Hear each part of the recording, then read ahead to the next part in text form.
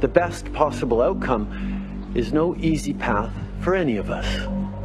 The initial peak, the top of the curve, may be in late spring, with the end of the first wave in the summer. As Dr. Tam explained, there will likely be smaller outbreaks for a number of months after that. This will be the new normal until a vaccine is developed. Good morning. Here's the news. Civil Defense Headquarters announced today that the sharp increase in the number of cases of illness during the last few days had led authorities to suspect that a biological warfare attack may have taken place. As yet, the cause of this outbreak has not been identified. Civil Defense health authorities recommend that you should take the following precautions. If such an announcement is made in your city, don't give way to fear. Just remember that scientists would already be working to control the outbreak.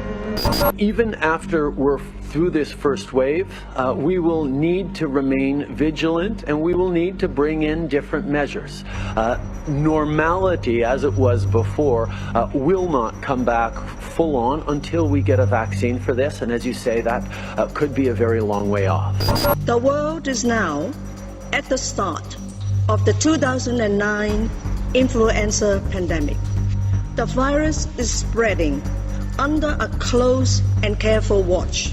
Drug makers have started work on a vaccine which they say could be ready within months. This really may be a worldwide situation. Cases here, containment here, trying to move rapidly. Husbands will be returned to their wives. Mothers will be returned to their children. Join us in this great work. Rally to the fight against tuberculosis, the common enemy of mankind. A few drops of vaccine injected under the skin of the arm will give them dependable and lasting immunity. Part of getting through this wave in a rapid way will be because we are developing the tools that will also help us when those wavelets come forward in the coming years, in the coming months. It makes me think back to 1976, the first year I served in the Congress. We had a vote on the swine flu. Back then, there was a panic, and they said it was going to sweep the nation, and they rapidly came up with some flu shots, and the government was going to inoculate everybody and save the world from this disaster. I'm the healthiest 55-year-old you ever seen. Hey, I play golf every weekend. Get a shot of protection, the swine flu shot. The flu came, and the flu went, and one person died, except for those individuals who died from getting the flu vaccine. And over 25 people died just from getting the vaccine, and many got ill from it, until finally they had to suspend the whole program.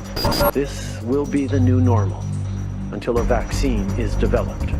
We had about 13,000 cases of tuberculosis. Now that's a serious disease.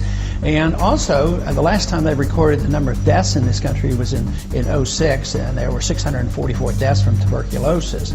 Laura, some students here in Prince George's County schools have missed up to a month and a half of school because they have not gotten their vaccinations for chicken pox and hepatitis B. Now the school system says it's time to get tough and take those parents to court.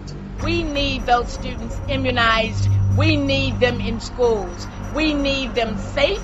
This Saturday, more than 1,600 students and their parents have been ordered to appear in circuit court for the children to be immunized. Health workers will be on hand to give the shots immediately. We can do this the easy way, or we can do this the hard way.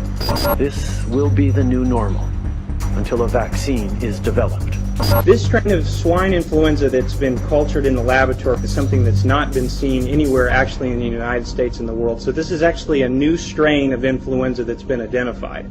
If there are going to be multiple waves of this, if we aren't going to be able to sort of get out of this until we find a vaccine, which we're told is 12 to 18 months away at best, do you envision that we're going to have multiple waves of shutdowns, lockdowns, closures of the economy? And how can we handle those kinds of constant shutdowns?